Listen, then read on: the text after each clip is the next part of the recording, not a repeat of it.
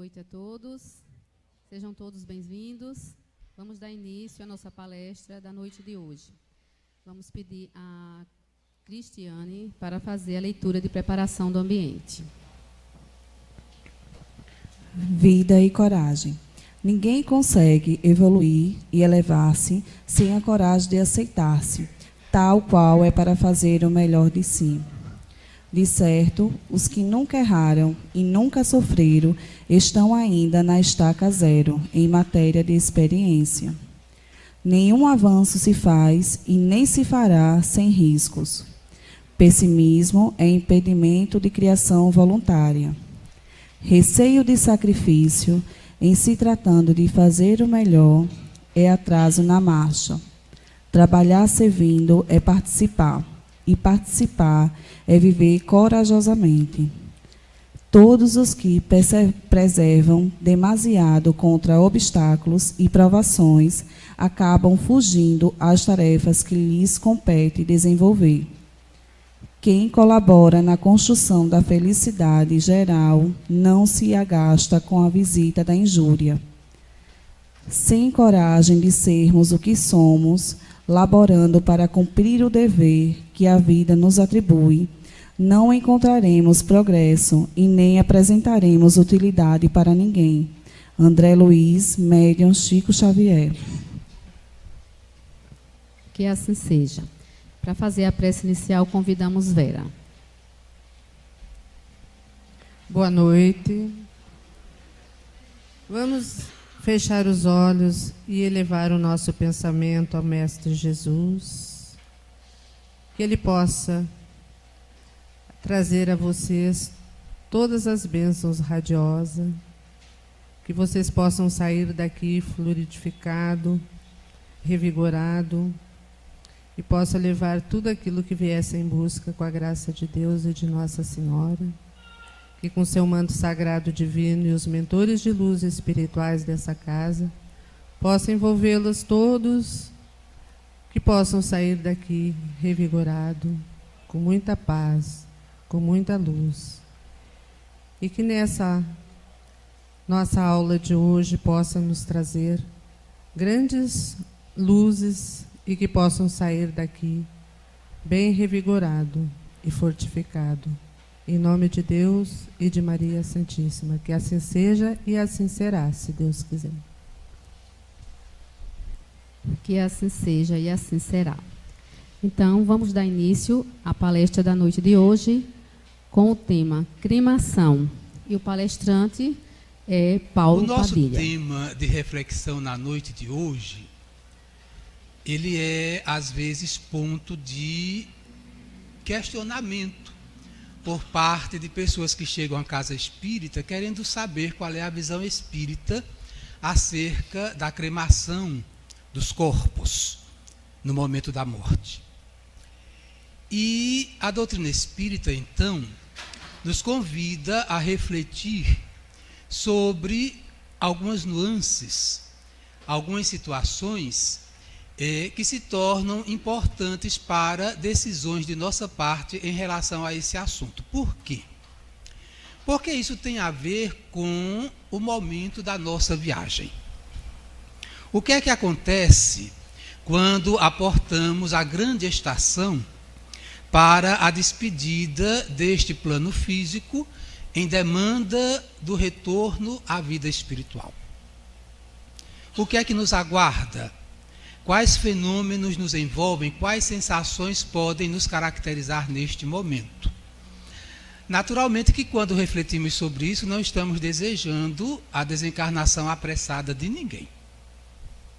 Estamos esperando realmente que tenhamos nesta terra boa uma vida longa, que nos permita muitas experiências, muitas interrelações, muito aprendizado, muito crescimento, muita maturação. Que possamos aqui, nesta escolinha da Terra, que possamos realmente aproveitar todos os momentos da melhor forma possível. No entanto, entendemos que cada cabeça por si é o mundo, e cada caminhada tem sua trajetória particular. Que cada um trabalha como acha melhor os seus sentimentos, as suas visões, os seus conceitos, os seus preconceitos, as suas vivências, a ética da vida, e vai fazendo as suas escolhas e dirigindo a sua caminhada aqui na Terra da forma que lhe apraz, atendendo à sua liberdade de discernimento, de ação e de tomada de decisões. Então, por aqui a gente já percebe que cada fenômeno humano tem suas particularidades e não podemos dar respostas prontas e únicas para todas as questões. A doutrina espírita, então, nos convida a refletir sobre esse fenômeno da desencarnação. O que é que acontece? Como é que o fenômeno se processa? Quer dizer, há uma questão única, aquela igualdade que a gente fala, somos iguais no nascimento, somos iguais no túmulo? Aparentemente. Como cada espírito traz a sua trajetória evolutiva e os compromissos que abraça e as deliberações que faz na existência, essa igualdade não tem nada de absoluta. Da mesma forma que a vinda de alguém ao mundo através da reencarnação não é igual. Cada processo é um processo por si, com as características pessoais do espírito reencarnante. Todos nós estamos reencarnados e todos nós trouxemos conosco, como espíritos imortais que não estamos em primeira viagem, a bagagem de nossa evolução, de nosso passado, de nossa construção. E naturalmente que todos nós partiremos daqui com o acúmulo e a absorção de novos elementos, de nova maturação, de novo entendimento e de, vamos dizer, expansões de nossos valores e de nossos talentos em todas as direções, se assim fizermos, dentro do que a gente busca, do que a gente procura, do que a gente constrói. Na condição particular de cada um, influi o quê? Cultura, filosofia de vida, religião, lar, família, educação, valores sociais vigentes e a escolha de cada um em ficar num patamar comum ou num patamar inferior mais complicado ou num patamar mais elevado, superando inclusive as expectativas gerais deste mundo em que nós estamos situados.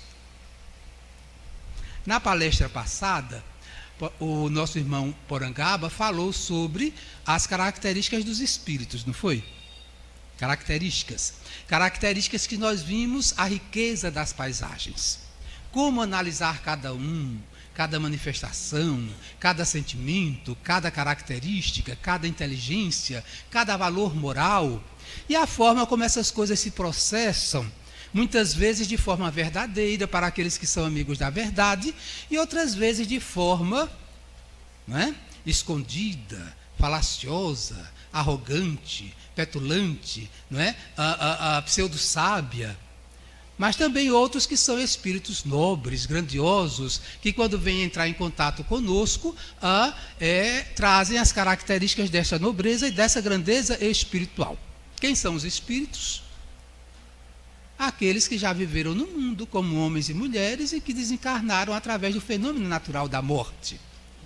E se olharmos a população como um todo, veremos a grandeza de variação, de perfis, de características, de personalidades que mostram a constituição da família humana.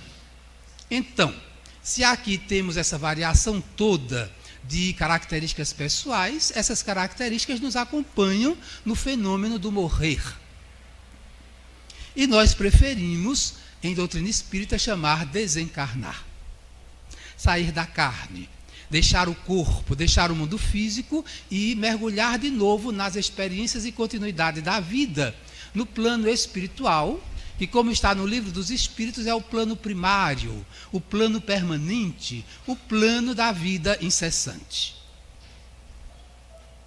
O que é que os espíritos nos destacam nessa questão do desencarnar? Primeiro, eles dizem que nem todo mundo que morre, vendo a morte na questão do ponto de vista biológico, já que é uma fatalidade biológica, todos os seres vivos morrem, Nós vamos partir um dia deste mundo com certeza. Muitos dos nossos queridos amigos, familiares, conhecidos já partiram, não é? Certo? E chegará a nossa vez. Os Espíritos nos dizem então que nem todo mundo que morre desencarna logo. Às vezes morrem, mas por características da consciência permanecem presos, ligados, muitas vezes amarrados, não é? Acorrentados às questões do mundo físico. Muitas vezes nem percebem que desencarnaram. Quem participa de reunião mediúnica conhece muito bem esse tipo de comunicação, de espíritos que em tempos variados vão sendo orientados, assistidos, esclarecidos, até, inclusive, sobre o fato de que desencarnaram e não se encontram mais neste mundo, dada a condição de apego, de dependência, de ligação excessiva, de submissão a valores do plano físico em detrimento de necessidades da vida espiritual. Pessoas, às vezes, que desencarnam e que dizem estar ainda cuidando do baú de dinheiro, do depósito no banco, das fazendas, das criações, vamos dizer, da sustentação da família, e que vivem com preocupações do dia a dia, de quando ainda se encontravam aqui neste plano.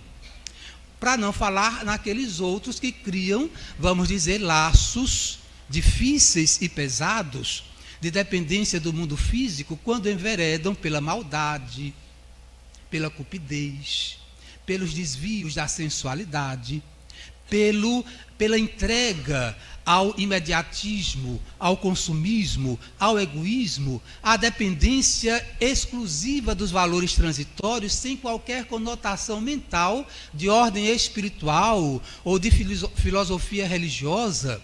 E que essas pessoas, então, que nós sabemos que existem aos muitos milhares, quando desencarnarem, vão estar caracterizadas por essa clausura mental, por essa limitação e dependência mental. Não é? Certo? Então, como diz o ditado popular, tal vida, tal morte.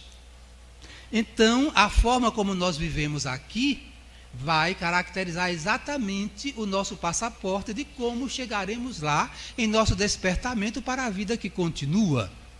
Então, nem tudo vai ser, vamos dizer, esta beleza extraordinária. Nem todo mundo vai desencarnar imediatamente, não é? Separando-se completamente do corpo físico, da matéria densa e das ligações com o mundo, para, vamos dizer, participar e aproveitar de um voo excelente rumo às regiões elevadas da espiritualidade.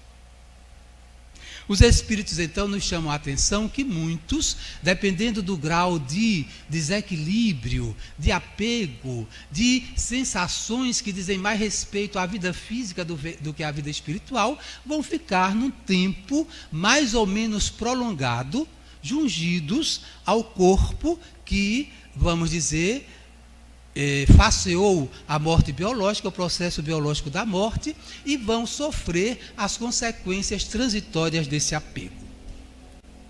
O que é que isso tem a ver com o nosso tema? Tudo.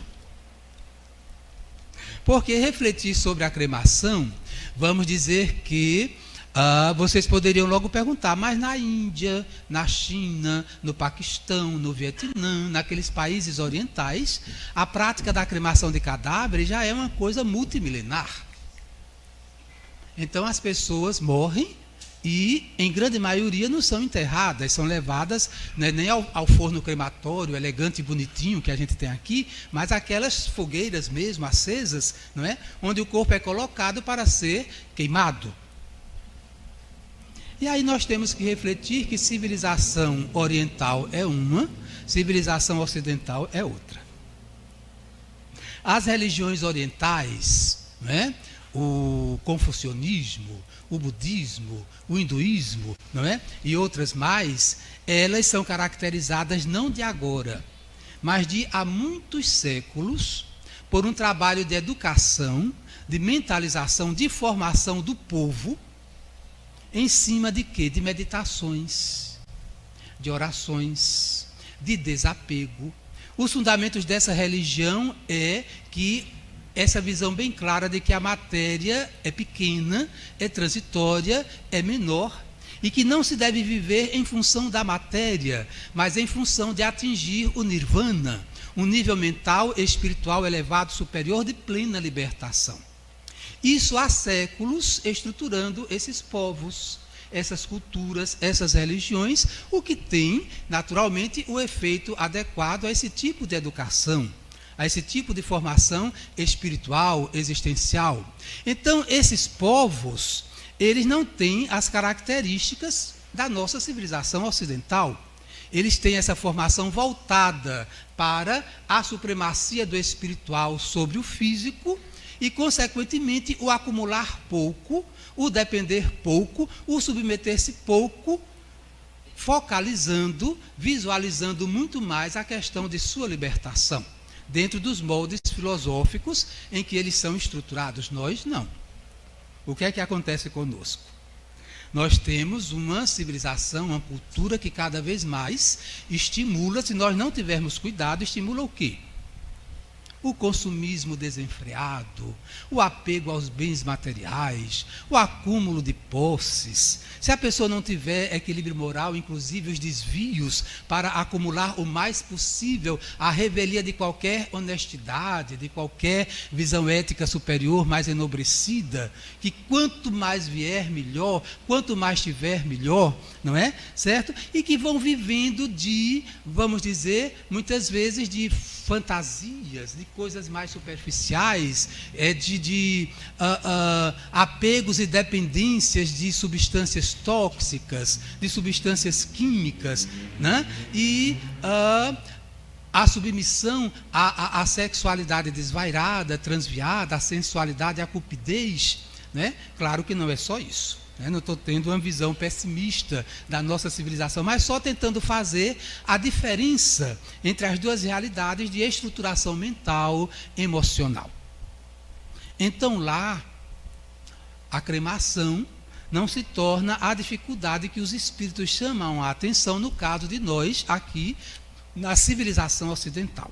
O que é que os espíritos colocam? Como nem todos nós estamos capacitados no clima da oração, da meditação, da reflexão espiritual profunda na busca do autoconhecimento e da autossuperação, onde a maioria de nós está nesse trânsito ainda de muita ignorância e limitação e distanciamento acerca das coisas espirituais, vai acontecer que no momento do desencarne, nós vamos ficar por um tempo mais ou menos, não é?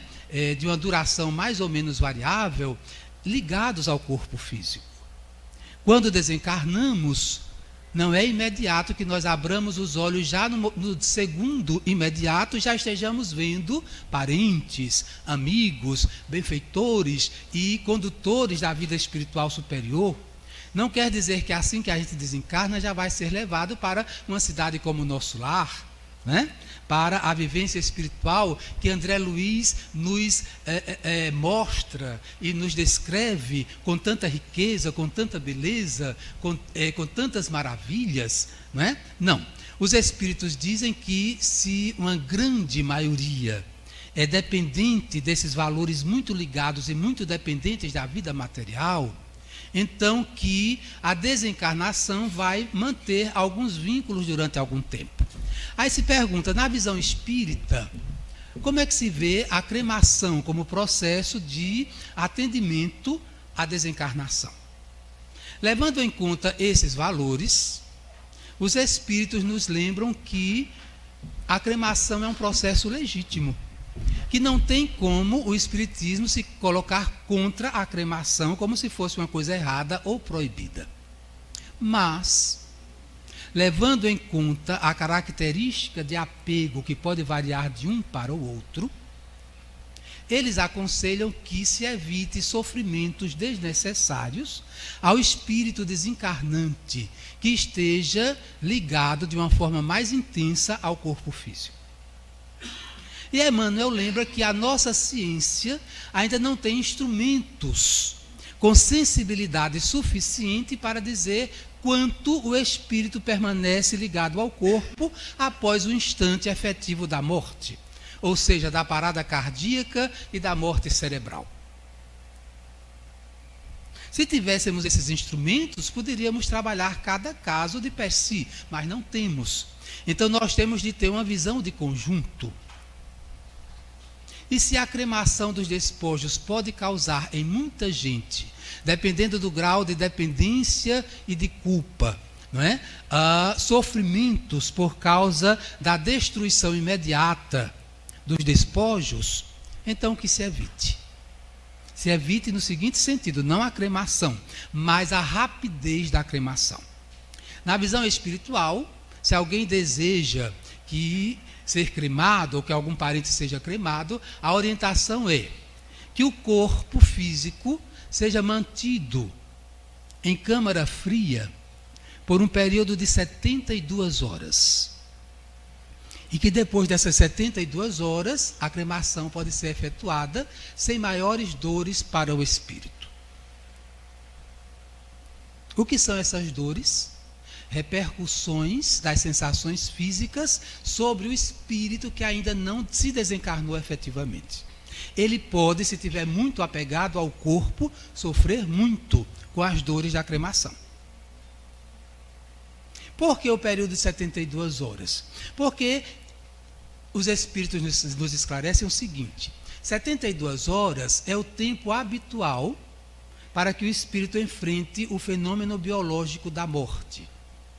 E que depois dessas 72 horas, qualquer processo de manipulação do corpo não será maior nem menor do que o acompanhar a decomposição.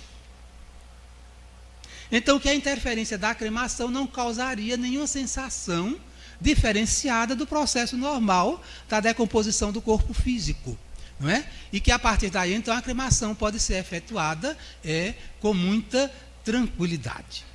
Essa questão da desencarnação, não é? Vamos lembrar que muitos espíritos, pela formação mental, religiosa, filosófica, ainda têm aquela tradição terrível do medo do inferno, não é verdade? Aquela promessa, aquela ameaça, aquela situação exigente de dizer: olhe, você faça como eu estou dizendo, senão você vai sofrer no fogo do inferno, porque você pecou, porque você fugiu, porque você errou, porque você se tornou criminoso. E o inferno como sinônimo de sofrimento e fogo eterno. E essa visão do fogo e da queimação acompanha a mente de muitos espíritos nesta terra há muitos séculos, em muitas encarnações, na tradição religiosa e cultural que faz parte da nossa história. Não apenas o fogo em diversas modalidades. Eu me lembro de uma novela que falava que as pessoas iam arder no mármore do inferno. É uma coisa mais chique, né? O mármore. Mas o mármore que é do inferno. E que vai sofrer igualmente a queimação. Pessoas que tenham essa mentalização e que estejam ungidas ao corpo físico podem ter a sensação também mental de que com a cremação estão sendo submetidas ao falado fogo do inferno. E se confundirem com isso. E vocês podem perguntar assim: mas e aqueles medianamente evoluídos que não estão tão dependentes do corpo físico assim? Nós espíritas que aprendemos tanto sobre espiritualidade, sobre mundo espiritual, sobre vida espiritual, nuances e detalhes de como o mundo espiritual se processa. Temos toda a série André Luiz para nos ilustrar, livros de Manuel Filomeno de Miranda, de Bezerra de Menezes. Então, nós temos uma riquíssima bibliografia que vai nos instruindo, nos preparando, nos sedimentando. E fizeram essa questão: se nós espíritas estamos indenes, estamos livres dessas sensações e dessas situações que às vezes os espíritos mais sofridos nos trazem. Os espíritos que não brincam em serviço vêm ao nosso encontro e dizem assim: que os espiritistas sejam sinceros na sua fé e que utilizem o espiritismo e o evangelho de Jesus para caracterizar a sua prática de vida. E que não usem o espiritismo apenas como um rótulo. Porque se utilizar apenas como um rótulo, isso não garante melhoria efetiva de ninguém.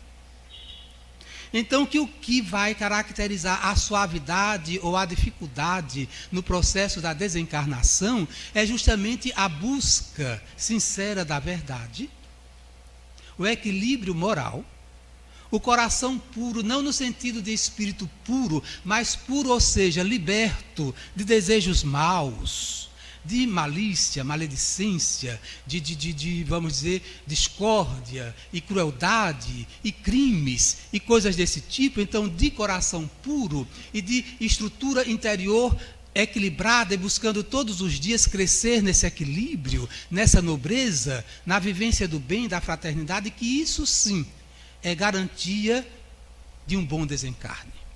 Que isso sim é característica de que nós cheguemos ao plano espiritual com muita tranquilidade, porque inclusive os espíritos nos lembram que o nosso conhecimento, quanto mais claro, quanto mais avançado, engrandece os nossos compromissos. E que esse conhecimento, engrandecendo os nossos compromissos, confere a nós muito mais responsabilidade. Quanto mais a gente conhece, mais a gente é responsável e livre. E aí, nessa responsabilidade e liberdade, vamos ver o que moralmente caracteriza a nossa andança por este mundo. Para nós percebermos que as variações são muitas, não é? Eu me recordo de um caso narrado pelo Chico Xavier e alguns amigos espíritas, em que esse rótulo tanto faz ser espírita como católico, protestante, judeu, muçulmano, budista. O rótulo em si não tem importância. O que importa é a vivência. São as escolhas, são as decisões, são os rumos que a gente imprime à nossa caminhada neste mundo, que vai estabelecer prisão ou libertação, sofrimento ou alegria, encontros ou desencontros, necessidades de estagiar em planos difíceis e exigentes ou de viajar para planos mais agradáveis e bonitos do ponto de vista espiritual. Então, o Chico nos conta um caso interessante. Ele estava, como eu não me lembro da data, não sei se era em Pedro Leopoldo ou em Uberaba, mas isso é o menos importante.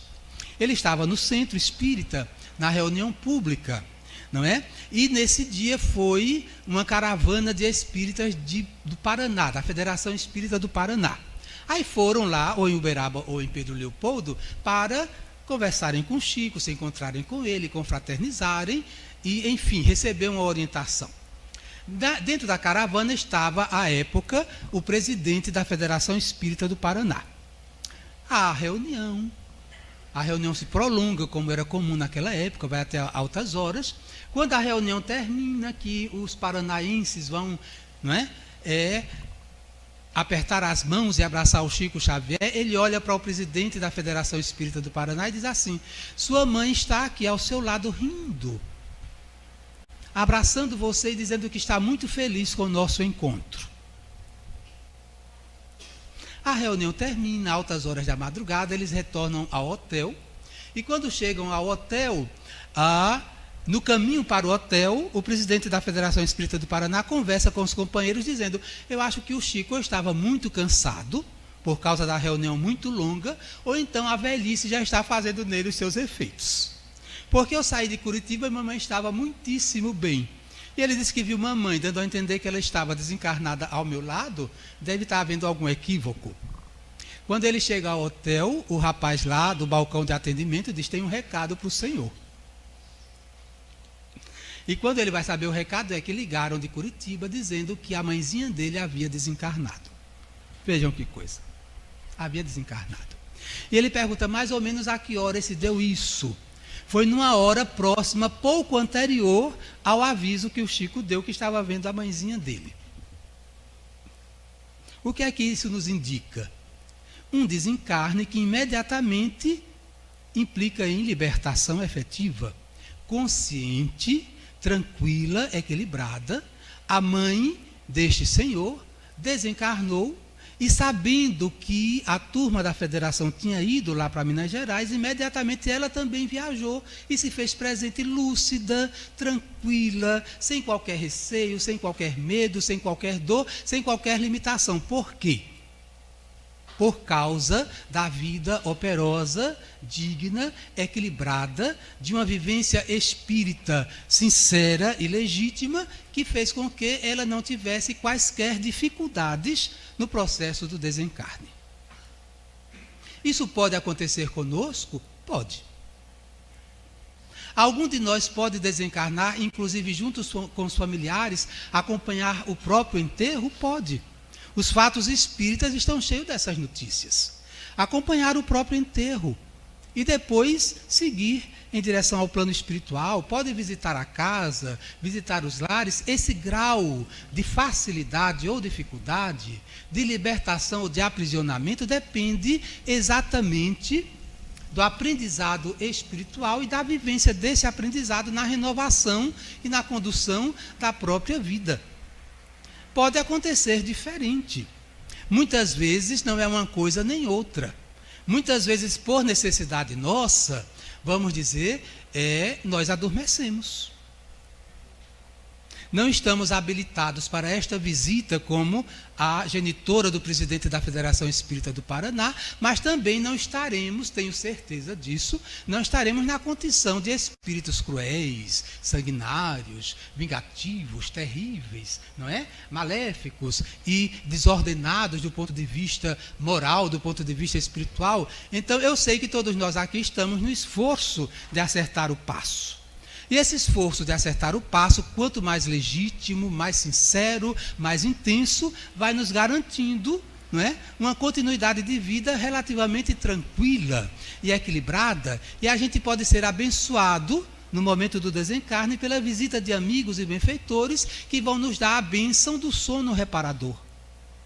E nós abriremos os olhos tempos adiante já em regiões de auxílio, de encaminhamento, de readaptação, de tratamento, como está presente nos livros de André Luiz. Mas nós temos aqui, falamos da desencarnação da nossa amiga lá do Paraná e pegamos no livro Libertação, de André Luiz, psicografia do Chico Xavier, um outro caso para a gente narrar, para a gente ver as características diferentes. Neste livro tem um personagem chamado Saldanha. E o que é que acontece com o Saldanha? Narrando o caso dele lá para o instrutor que está com André Luiz em trabalho de auxílio. Este Saldanha desencarnou numa situação de muito ódio, de muita revolta, de muita inconformação, de desejo de vingança, de um sentimento pesado, difícil, né, que ele não fez nenhum esforço para transformar. Então ele relata sucintamente o seu caso e diz o seguinte: tão logo abandonei o corpo físico, premido por uma tuberculose galopante, revoltado com a pobreza que me lançara à extrema penúria, não pude afastar-me do ambiente doméstico. Já vimos aqui as características mentais e morais deste nosso irmão, né? Ele não sofreu o bem sofrer. Ele sofreu o mal sofrer. Que é quando, por causa das dores do viver, das angústias e dificuldades de estar no mundo, a pessoa se revolta, não aceita, não entende, não cultiva o hábito da oração, o aprendizado do Evangelho, a meditação superior, a busca do autoconhecimento. Então, quando a pessoa simplesmente não aceita e nessa inaceitação, nessa indignação, se entrega a sentimentos de muito desajuste. E aí o que é que aconteceu? Ele ficou preso ao lar. Ele morreu, mas não foi para a vivência plena do plano espiritual. Ele ficou preso ao lar, acompanhando a família nas questões difíceis do dia a dia, participando e sentindo naquela revolta tudo o que acontecia, que ele entendia como mal e pernicioso para os seus familiares. E quanto mais ele via isso, mais ele se revoltava, mais ele se indignava. E aí ele diz, ora, eu que me anexava aos parentes desde o instante horrível para mim da transição corporal, para ele o instante da morte foi horrível, foi difícil, foi doloroso. Jamais me senti disposto à submissão. Quer dizer, é quando o orgulho vem à tona, não se submete ao reconhecimento de Deus, à paternidade divina, não se lembra jamais de orar. E a gente sabe do poder da oração nas nossas questões de espiritualidade. Mas ele estava orgulhoso, arrogante e fazia questão de ser insubmisso. E reconhecendo que o túmulo não me revelara qualquer milagroso domínio, preferi a continuidade da vida em meu escuro pardieiro. Porque quem espera mudanças milagrosas com o fenômeno da morte, não é? Quem espera mudanças milagrosas com o fenômeno da morte vai se enganar, porque a morte não opera milagres em ninguém, não transforma ninguém em espírito perverso se a pessoa não é, e não transforma ninguém em espírito angelical se a pessoa também não é. A morte é mudança de domicílio, é mudança de cidade, de vibração. Mas nós continuamos em nosso processo de evolução, tal como nos despedimos do corpo físico que nos serviu pelo tempo de nossa existência. Então não há mudanças milagrosas, não há transformações extraordinárias. A vida positiva continua a vida positiva. A vida negativa vai continuar a vida negativa. Até que no tempo o despertamento nos conquiste e a gente entre num processo de libertação enobrecida superior. Continua ele. Descrever-lhe o que foi minha dor é alguma coisa de impraticável à capacidade verbal. Muita gente convida-me à transformação espiritual, concitando-me ao perdão estéril, na visão dele.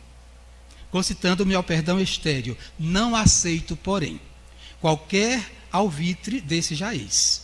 Estou simplesmente diante da vida. A sepultura apenas derruba o muro de carne, porquanto nossas dores continuam tão vivas e tão contundentes quanto em outra época, quando suportávamos a caixa dos ossos. É o relato desse nosso irmão que desencarnou de forma infeliz, de forma intranquila, de forma, vamos dizer, complicada e compromissada com os próprios desequilíbrios. Revolta, insubmissão, sentimentos de ódio, de raiva, de perseguição, de desejo de vingança, isso não é processo libertador para ninguém. Cultivar adversidades, inimizades, crimes, desajustes, viciações, com certeza é passaporte para um conjunto de vivências dolorosas durante o tempo que a lei de Deus, justa, amorosa e misericordiosa, ache e determine como necessário para que nós possamos expurgar os elementos pesados de nossa mente e de nossa criminalidade. Finalmente, não pergunta-se a Emmanuel e a Chico Xavier uma pergunta interessante, que nos interessa. Como morrer com tranquilidade? Quem deseja saber? Quem quer morrer com tranquilidade? Todos nós. Então, pergunta-se a Emmanuel e a Chico sobre isso. E responde o seguinte: o Espiritismo não oferece a solução do problema como novidade. Porque o Evangelho de nosso Senhor Jesus Cristo é um hino à imortalidade da alma. E Ele próprio nos deu o quadro inesquecível de sua própria ressurreição. A morte suave, do ponto de vista de continuidade da paz para além desta vida, se deve à consciência tranquila. Cumpramos os nossos deveres, compreendendo que a nossa responsabilidade tem o tamanho do nosso conhecimento. cumpramos as nossas obrigações e a morte será sempre uma passagem para uma vida melhor. Mas, se adquirirmos complexos de culpa, nós estamos criando cadeias que nos aprisionam a processos de vida inferior e vamos emitir de nós mesmos irradiações perturbadoras, suscetíveis de criar muito lenta, muita luta, muito conflito naqueles de quem nos aproximamos, porque criamos estes conflitos em nós mesmos. Isso está no livro que transcreve o Pinga Fogo, do Chico Xavier. Né? O que é que os espíritos colocam para o nosso entendimento? Aquilo que estamos conversando até agora. Quer dizer, na cremação, o sofrimento ou a alegria, a libertação ou o aprisionamento vai depender disso que os espíritos colocam para a nossa reflexão e para o nosso aprendizado. Não é a cremação em si, mas o estado da alma no momento do seu desencarne e da sua partida deste mundo. Daí que Emmanuel apela para a fraternidade, a misericórdia e o auxílio, não é? Estabelecendo de comum acordo com a visão espiritual mais nobre esse intervalo de pelo menos 72 horas, para que o espírito possa não passar pelos sofrimentos desnecessários por causa de nossa pressa em queimar os despojos. Vocês receberam, não é, uma mensagem em que nós vamos revisar esses pontos, não é, que foram colocados na nossa conversa da noite de hoje. Eu peço que vocês peguem, não é, intitulada Cremação, que também é de Emmanuel, através do Chico Xavier. Então vamos revisar alguns pontos. De quando em quando, amigos da Terra nos inquirem com respeito aos resultados possíveis da cremação que tenhamos porventura experimentado após o afastamento do corpo denso. E efetivamente o assunto se reveste de significação e proveito pelas repercussões do processo crematório no plano espiritual. Ou seja, a cremação pode sim ter repercussões na vida espiritual. Por muito se examine no mundo a presença da morte física, conferindo-se foros de igualdade em quaisquer circunstâncias, o óbito não é idêntico no caminho de todos. Qual ocorre no berço, quando o renascimento estabelece condições diferentes do ponto de vista orgânico para cada um de nós, a separação do veículo terrestre está revestida de características originais para cada indivíduo. Já tivemos contato com amigos nossos que desencarnaram, não é? Do movimento espírita, trabalhadores do centro espírita, não é? E outras notícias através do correio espiritual realizado através do Chico Xavier, e a colocação é unânime deles. O que muito me beneficiou, o que muito me ajudou, o que suavizou a saudade, a distância, que me deu tranquilidade na chegada à vida espiritual quando saímos do mundo, foi justamente o bem que eu consegui praticar. O auxílio ao semelhante que eu consegui fazer. A cooperação e a vivência fraternal e solidária que porventura tenha feito parte da minha vida. Só isso. Isso é que me garantiu tranquilidade, bem-estar e boa companhia. E que gerou nas pessoas agradecidas as preces em meu favor. Então os espíritos destacam isso, que o que gera é o bem gerando o bem. É a fraternidade gerando cooperação. É a vivência elevada gerando companhias elevadas no momento da desencarnação. Então as comunicações são muito claras, como também são muito claras quando eles dizem que enfrentaram dificuldades, porque muitas vezes se viam e eram tratados como pessoas efetivamente boas e na verdade não eram. Era apenas um jogo de aparência. E que esse jogo de aparência é muito difícil e muito doloroso para o espírito que volta ao país da verdade, onde a verdade não pode ser escondida e não vai ser escondida. e onde cada um vai facear a própria consciência de acordo com as possibilidades que tem. Não é? Então,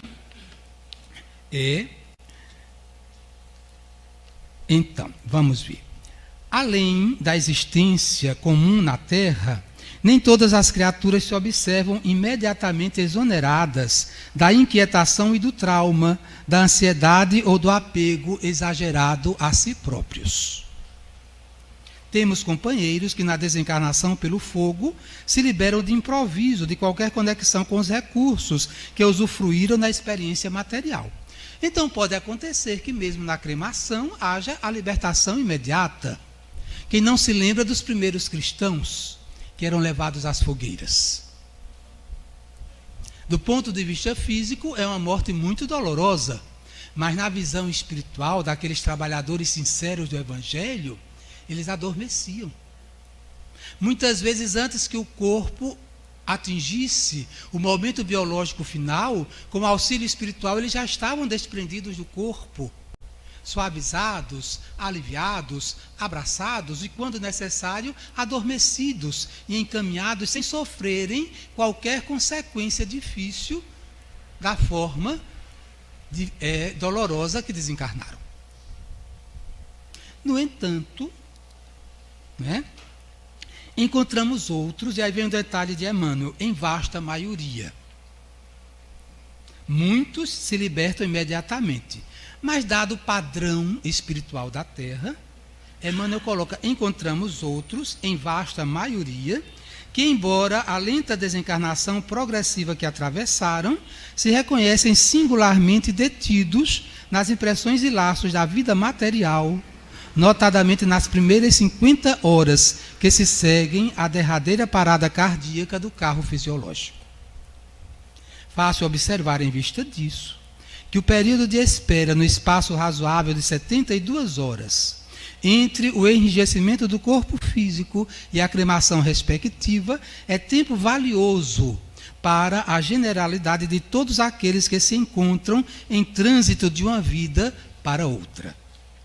Isso é compreensível, porque se muitos irmãos dispensam semelhante cuidado, desde os primeiros instantes do silêncio no cérebro, outros aos milhares se observam vinculados aos tecidos inertes de que já se desvencilharam no anseio, embora vão, de revivecê-los. À face do exposto, nós, os amigos desencarnados, nada poderíamos aventar fundamentalmente contra a cremação. No entanto, entendendo que os nossos amigos, os homens da esfera física, ainda não dispõem de instrumento para analisar os graus de extensão e de intensidade do relacionamento entre o espírito recém-desencarnado e os resíduos sólidos que lhes pertenceram no mundo, consideramos justos que se lhes rogue o citado período de repouso, a favor dos chamados mortos, em câmara fria que lhes conserve a dignidade da forma. Depois disso, o sepultamento ou a cremação nada mais representam para a alma que a desagregação mais lenta ou mais rápida das estruturas entretecidas em agentes físicos das quais se libertou.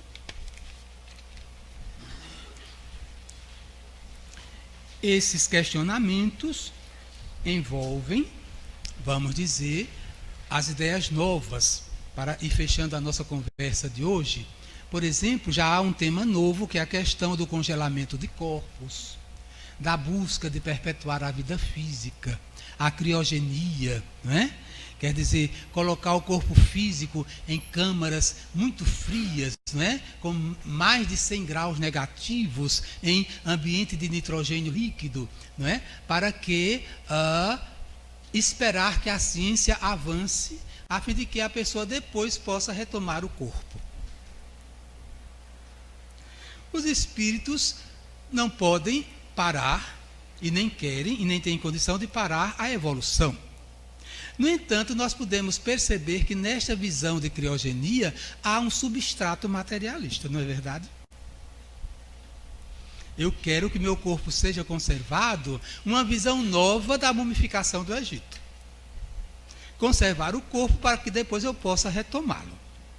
Primeiro, isso só é possível se não houver a morte mesmo, o desencarne mesmo. Porque se pegar o corpo realmente desencarnado, não tem processo científico que consiga fazer o espírito ligar-se ao corpo de novo. Segundo, quanto tempo aguardar para que a cura dos processos se estabeleça? Terceiro, como fica o espírito durante esse tempo de espera? E se ele tiver nessa característica dos apegados, para ficar ali na câmara fria, por dezenas e dezenas de anos, até que a ciência avance o suficiente? E ainda mais os espíritos nos lembram, já que tem um pouco a ver com a questão da cremação, que o que garante que se alcance a cura física, mas a estrutura biológica que ficou sendo congelada vai ter a idade em que foi congelada. E o fato de se alcançar a cura não quer dizer que o corpo vai rejuvenescer. Se você se propôs congelar na velhice, com 80 anos, 90 anos, 100 anos, quando você retomar o corpo, se assim for possível, você vai retomar um corpo com 80, 90 e 100 anos. A cura vai ser encontrada, mas o tempo de permanência vai ser breve. Não é? Então essas questões são interessantes do ponto de vista de ciência, de biologia, mas o que nos interessa mesmo é a questão do ponto de vista espiritual. E fica a certeza de que o que vale é justamente o que buscamos, o que queremos, como fazemos e como escolhemos. O que vale mesmo é o amor que a gente vive, o bem que a gente faz, as uniões amigas e fraternas, a amizade, a conquista nobre, a conquista superior. Não nos conluiarmos com experiências e valores e culturas dominantes no mundo, mas que sejam caracterizadas pelo negativismo, pelo abuso, pela desonestidade, pela falta de dignidade no viver, pela complicação do que significa ser humano, ser filho de Deus. Não, engrandecer em nós essa realidade de que somos filhos de Deus imortais.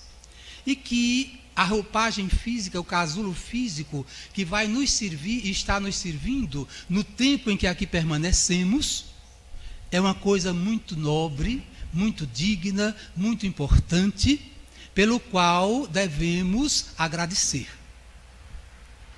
Mas sem perdermos a visão clara de que, a qualquer tempo, podemos dele ser libertados e voltarmos à nossa condição espiritual, onde os valores morais vão preponderar no direcionamento do nosso novo, antigo domicílio. Como estaremos? Como vivemos? O que teremos? O que tivermos construído? O que conquistaremos? Aquilo que efetivamente conquistamos nesta vida. De forma digna, de forma nobre, de forma bonita, de forma espiritual, com as bênçãos de Deus. Então, meus amigos, muita paz. Então, agradecemos ao nosso amigo Paulo por essa aula, né? Para mim foi uma aula, com certeza esclareceu muitas dúvidas, né, que todos nós temos sobre a cremação.